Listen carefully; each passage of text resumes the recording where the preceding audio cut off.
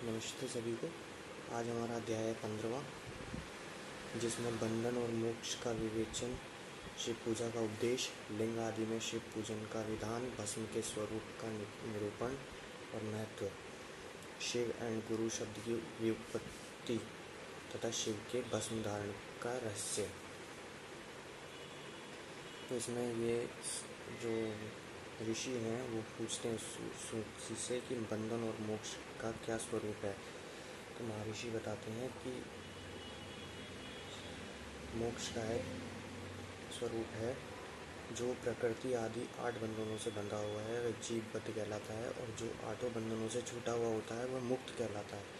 प्रकृति आदि उसमें करने का मोक्ष कहलाता है। जो प्रकृति और आदि प्रकृति को अपने वश में कर लेता है वह मोक्ष का भागी होता है। और जागृत अवस्था में व्यापार करने वाला सूक्ष्म शरीर जागृत और स्वप्न अवस्थाओं में इंद्र भोग प्रदान करता है, और सुषुप्तावस्था में आत्मा की अनुभूति कराने वाला होता है। इसके साथ ही यह फल सुख और दुख को बराबर की जो पुण्य कर्म कर होते हैं उसके फल स्वरूप में और पापों के फल स्वरूप में वह उपभोग करता है। यह इसकी विवेचना है। दूसरा सवाल है कि शिव की परिपूर्ण निष्प्रह की उनकी पूजा कैसे हो सकती है। तो इसका उत्तर वो देते हैं, शिवलिंग में, शिव की प्रतिमा में, शिव भजनों में और शिव की भावना करके प्रसन्नता के लिए पूजा करनी चाहिए। तथा शिव महेश्वर प्रकृति से परिपूर्ण है और वह परे हैं उससे। इसके साथ ही इसमें भस्म के स्वरूप बताए गए हैं। जो भस्म के स्वरूप हैं आपके लोकाग्नि जनित, वेदाग्नि जनित और शिवाग्नि जनित।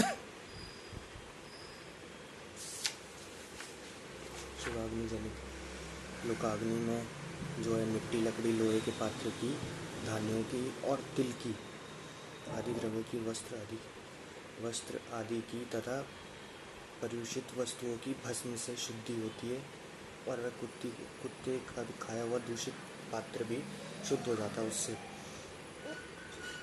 दूसरा आता है वेदाग्नि जनित। इसमें वह बेल के पेड़ लकड़ी को अभिमंत्रित करके जो जलाई जाती है वो वेदाग्नि में कहलाती है। और शिवाग्नि में बेल की लकड़ी को भी अभिमंत्रित किया जाता है तथा गाय के गोबर के उपले, शमी, पीपल, पशाल, बड़ और अम्लतास और बेड़, इन लकड़ियों को शिवाग्नि से भी जलाया जाता है। वह शुद्ध और साफ भस्म होती है, और इसको साफ घड़े में भर कर रखनी चाहिए और समय समय पर इसको धारण करनी चाहिए। इसी के साथ ही ये भस्मों का भी बताया गया है इसके बारे में, इसका अध्याय में।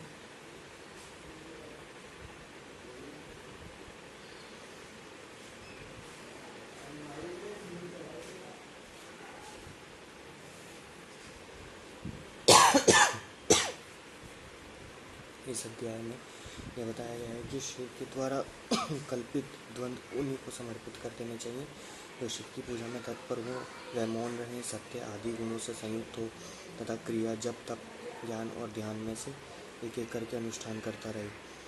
इन सभी का जो डेली अनुष्ठान करता रहेगा वह शिव के सबसे प्रिय भक्त में से एक होगा। इसके साथ ही इस अध्याय का सार खत्म होता है। इस अध्याय में यही बताया गया है। अगला अध्याय है 16वां, जिसमें पार्थिव लिंग और निर्माण की रीति तथा वेद मंत्रों द्वारा पूजन एक विस्तृत संक्षिप्त विधि का वर्णन है।